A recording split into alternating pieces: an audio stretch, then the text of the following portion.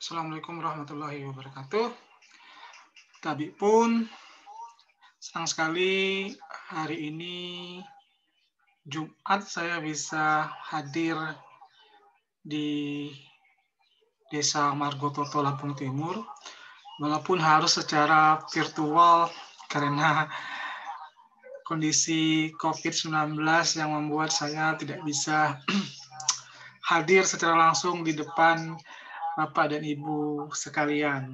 Tapi percayalah bahwa walaupun kita berjarak secara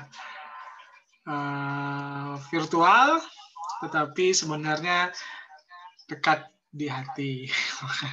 Terima kasih atas kehadiran Bapak dan Ibu. Mudah-mudahan presentasi saya hari ini akan memberi sedikit pencerahan kepada Bapak dan Ibu. Sebelumnya saya ingin memperkenalkan diri saya dulu. Nama saya Budi Kurniawan. Saya adalah dosen jurusan Ilmu Pemerintahan Universitas Lampung. Sehari-hari saya sebenarnya sejak COVID-19 ini mengajar secara virtual melalui Zoom kepada mahasiswa saya, baik itu yang kelas maupun ujian skripsi. Nah, karena itulah kemudian untuk pengabdian masyarakat pun saya terpaksa menggunakan hal ini karena saya tidak berada di Provinsi Lampung saat ini. Tepatnya saya sedang berada di kota Pangkal Pinang, Kepulauan Bangka Belitung, kampung saya. Tema hari ini adalah tentang bagaimana pengawasan desa, pengawasan warga desa ya terhadap masalah dana desa ya. Bagaimana masyarakat itu bisa berpartisipasi ya dalam pengawasan ya terhadap dana desa yang menjadi program pemerintah sejak mungkin sekitar 6 atau 7 tahun terakhir ini ya. Dana desa itu sebenarnya adalah terobosan yang dilakukan pemerintah untuk mengentaskan kemiskinan di desa, karena secara statistik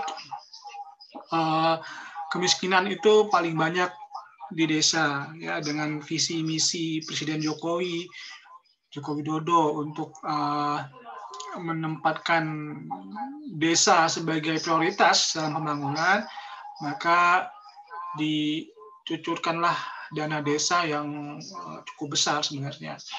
Sebenarnya undang-undang tentang desa dan dana desa itu sudah ada pada masa pemerintahan Susilo Bambang Yudhoyono, namun eksekusi secara besar-besarannya baru dilakukan ketika pemerintahan Presiden Jokowi.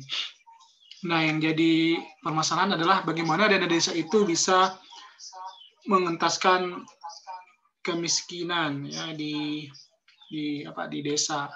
Karena ini isu yang menjadi strategis. Nah, umumnya yang dilakukan oleh perangkat desa atau warga desa adalah membangun pada sisi yang paling prioritas ya. Dan kita tahu bahwa prioritas di desa itu umumnya adalah masalah infrastruktur ya. Infrastruktur inilah yang menjadi konsen banyak pihak ya, ibaratnya dia sudah menjadi booming ya. Jadi satu hal yang sering kita dengar setiap hari di desa bahwa desa masih minim infrastruktur, sehingga diperbaiki. Maka untuk memperbaiki desa, maka salah satu caranya adalah dengan memperbaiki infrastruktur. Infrastruktur itu bisa macam-macam, bisa berupa jalan desa, makanya infrastruktur dasar seperti misalnya air bersih ya. Kita tahu bahwa terutama di perkotaan, yang di desa air mungkin mudah diakses, tapi di perkotaan air bersih itu satu hal yang susah diakses ya. Infrastruktur dasar juga bisa berupa listrik ya, dan yang paling sering dilakukan oleh pemerintah adalah jalan. Nah, bagaimana caranya agar infrastruktur itu bisa dana desa itu bisa diawasi secara partisipatif? Ya, mengapa diawasi? Ya, pertanyaan pertamanya mengapa harus diawasi? Ya, karena untuk menghindari penyimpangan ya, penyimpangan ya. Kita ketahui bahwa permasalahan utama dari bangsa kita adalah masalah korupsi ya, korupsi. Nah, korupsi itu kita tidak bisa terlampau nerimo bahwa semua aparat desa atau semua pemerintahan desa atau siapapun yang memegang amanah untuk membangun desa adalah orang yang bersih. Ya, bisa jadi memang dia bersih. Memang saya percaya bahwa banyak kepala desa itu adalah orang-orang yang berintegritas, bersih. Namun selama tidak ada pengawasan, maka ada peluang bagi mereka untuk melakukan korupsi, karena orang baik pun kalau tidak diawasi itu bisa menjadi orang yang menyimpang, sehingga kemudian dalam teori politik itu atau teori pemerintahan itu sering dikenal dengan istilah power tends to corrupt, atau yang punya kekuasaan itu cenderung untuk menyimpang ya. Nah, dalam teori demokrasi kemudian agar tidak menyimpang, maka harus dibentuk sebuah sistem, ya, sistem pengawasan, agar ya tadi yang orang yang berintegritas itu tidak menjadi menyimpang dari nilai-nilai yang mereka yakini. Ya, seberapa kuat sih orang kemudian memegang dana yang besar tanpa ada pengawasan, walaupun dia mungkin orang yang soleh, tapi kalau kemudian dia memegang tanpa pengawasan, ya dia bisa tergoda, karena kita bukan malaikat yang kemudian tidak punya hawa nafsu ya. Kita manusia, dan orang kalau tidak diawasi ya bisa menyimpang ya. Makanya dalam teori politik itu dikatakan power tends to corrupt. Jadi saya ulangi lagi bahwa mengapa dana desa perlu diawasi, karena untuk menghindari penyimpangan. Itu poin pertama, Bapak dan Ibu. Yang kedua, bagaimana cara agar masyarakat itu bisa partisipatif kemudian, ya. Nah, ini yang jadi permasalahan. Umumnya masyarakat itu adalah, terutama di kota, ya, itu adalah masyarakat yang cuek, ya, masyarakat yang tidak peduli dengan proses pembangunan di desa. Nah, sikap cuek ini sebenarnya faktor yang menjadi sebab mengapa masyarakat itu tidak ikut berpartisipasi dalam pengawasan. Ya, nah, ada beberapa sebab kenapa masyarakat itu cuek. Yang pertama tentu karena masalah kepercayaan. Ya. Kepercayaan,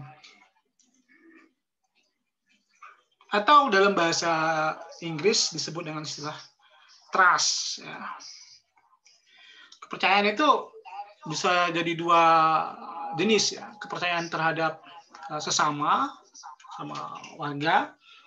Indikator yang paling mudah ya seberapa guyup kita ya, seberapa kuat gotong royong kita. Apakah kita sering kumpul-kumpul, sering mangan asal ngumpul, kan orang Jawa terkenal dengan istilah guyupnya, ya, kepercayaan atau trust. Ya. Kalau kita punya kepercayaan terhadap sesama, maka kita cenderung untuk mudah untuk diajak gotong royong, diajak untuk berpartisipasi dalam pembangunan, ya, dalam program-program pemerintah desa. Nah, kalau nggak ada kepercayaan sama ya kita saling curiga. Nah, ini yang kemudian orang akhirnya sama-sama cuek dan tidak mau berpartisipasi terhadap pembangunan desa. Faktor yang kedua adalah faktor yang disebut dengan, kalau tadi dikatakan trust terhadap sesama ya,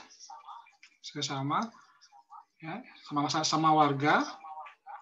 Yang pertama, yang kedua adalah trust terhadap atau kepercayaan terhadap aparat pemerintah, ya, aparat pemerintah, baik itu di level pemerintah provinsi, pusat, provinsi, atau kabupaten, atau level yang kemudian lebih rendah lagi itu di desa, ya. Nah, trust terhadap aparat pemerintah itu penting, ya. Kenapa sih warga itu mau berpartisipasi? Karena mereka percaya bahwa pemerintah dari desanya sedang bekerja untuk kepentingan bersama, ya. Kalau nggak ada kepercayaan bahwa kepala desanya itu bekerja untuk kepentingan bersama, maka kita nggak bakalan menemukan warga yang berpartisipasi dalam pembangunan desa, ya. Nah, ini kemudian menjadi tugas dari pemerintah desa untuk terus memupuk kepercayaan itu, ya, terus membangun trust atau kepada warganya, ya, dengan ya hal-hal yang bersifat membuat warga percaya bahwa pemerintah desanya sedang bekerja. Nah, yang banyak terjadi di desa adalah tidak ada trust terhadap pemerintah desanya karena berbagai macam faktor, ya. Misalnya karena proses pemilihan kepala desanya yang tidak demokratis misalnya, atau beberapa desa kita juga menemukan kepala desa yang tidak sering membuka hubungan dialog atau hubungan atau bermusyawarah dengan masyarakat desanya. Nah, artinya kunci adalah bagaimana pemerintah desa itu atau kepala desa itu bisa kemudian membuka hubungan dialog, hubungan musyawarah, ya, sambung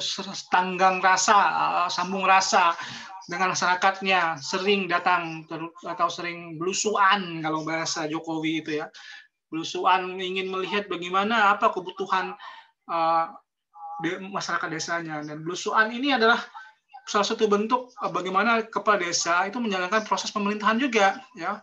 Belusuan itu adalah kalau kita dalam teori politik itu disebut istilah membuka ruang publik, ya. Ruang publik adalah ciri dari demokrasi yang partisipatif, ya. Jadi saya sering bilang bahwa belusuan itu budaya Indonesia, tapi dia secara secara teori dia diakui dalam ilmu politik disebut istilah ruang publik. Yang ini adalah nyawa atau spirit atau istilahnya semangat dari demokrasi itu sendiri, ya. Demokrasi itu yang membuka ruang publik. Nah, kalau ini bisa dilakukan oleh kepala desa, selalu belusuan, selalu bertanya tentang keluhan, maka trust itu akan tinggi, dan kemudian ketika trust tinggi maka masyarakat akan mudah dilibatkan dalam partisipasi, baik itu ya, terutama dalam pengawasan dana desa, ya, seperti itu. Nah, ini dua faktor yang masuk dalam penyebab kenapa ada partisipasi dari masyarakat. Nah, yang ketiga itu adalah kadang-kadang kita ambil di sini, ya.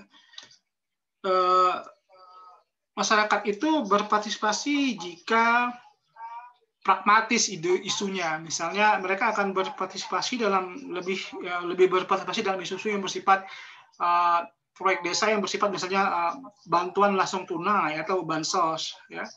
Karena ini menyangkut hidup mereka secara langsung, bansos, ya. Makanya kita sering menemukan banyak protes kalau misalnya terjadi penyimpangan terhadap dana bansos, terhadap bantuan langsung tunai, terhadap kartu sembako yang nggak dibagi secara adil. Tapi mereka kurang aware atau kurang peduli terhadap proyek-proyek atau program-program yang bersifat infrastruktur, yang bersifat umum, yang tidak menyentuh secara pribadi atau secara khusus kepada mereka, ya. Umumnya mereka misalnya pembangunan jalan, pembangunan yang sifatnya kalau bahasa ekonominya disebut istilah barang publik, ya, barang publik, ya, barang yang bisa dinikmati secara bersama-sama. Ya, kalau ini kan barang individu, ya, barang pribadi, BLT, bansos, uang gitu. Tapi kalau barang publik, jalan, jembatan, lapangan bola, ya, yang sifatnya bisa dinikmati semua orang, itu mereka kurang peduli. Nah, bagaimana kemudian agar masyarakat itu peduli, ya? Kalau memang tujuannya agar masyarakat itu partisipatif, apalagi ingin mengentaskan kemiskinan di desa, maka salah satu cara untuk membuat dana desa itu benar-benar bisa dimanfaatkan secara langsung, yaitu dengan merubah sebagian besar dana desa itu dari infrastruktur ke sifatnya bantuan sosial atau bantuan langsung tunai, apalagi di zaman COVID-19 ini, ya, ketika ekonomi sedang melesu, pertumbuhan ekonomi sedang melesu, maka sangat dianjurkan atau disarankan dana desa itu dalam bentuk bantuan sosial kepada masyarakat secara langsung tunai, ya. Itu karena langsung menyentuh, apalagi masyarakat yang tidak ada pekerjaan, yang di bawah garis kemiskinan, yang memang butuh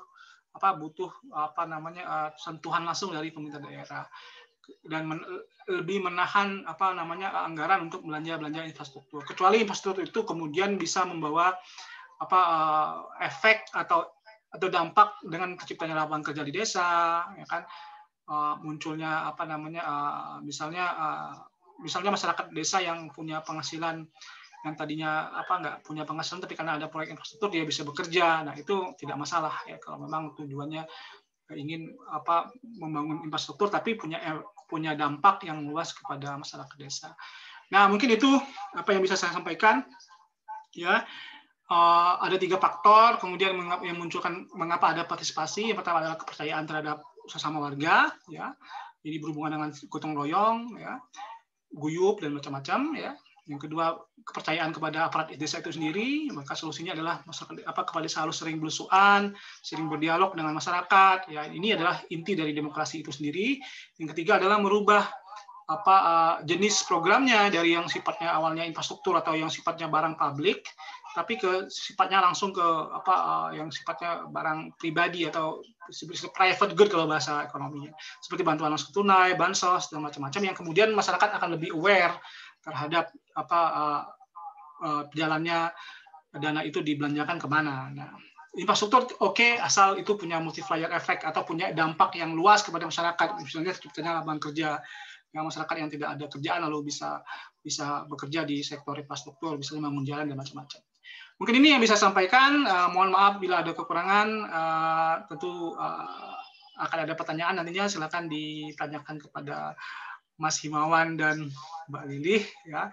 Nanti mereka mungkin akan WA ke saya dan saya akan jawab mungkin secara virtual atau ya kita nggak tahu forumnya gimana. Ya, mungkin itu yang bisa saya sampaikan. Lebih dan kurang saya mohon maaf. Assalamualaikum warahmatullahi wabarakatuh.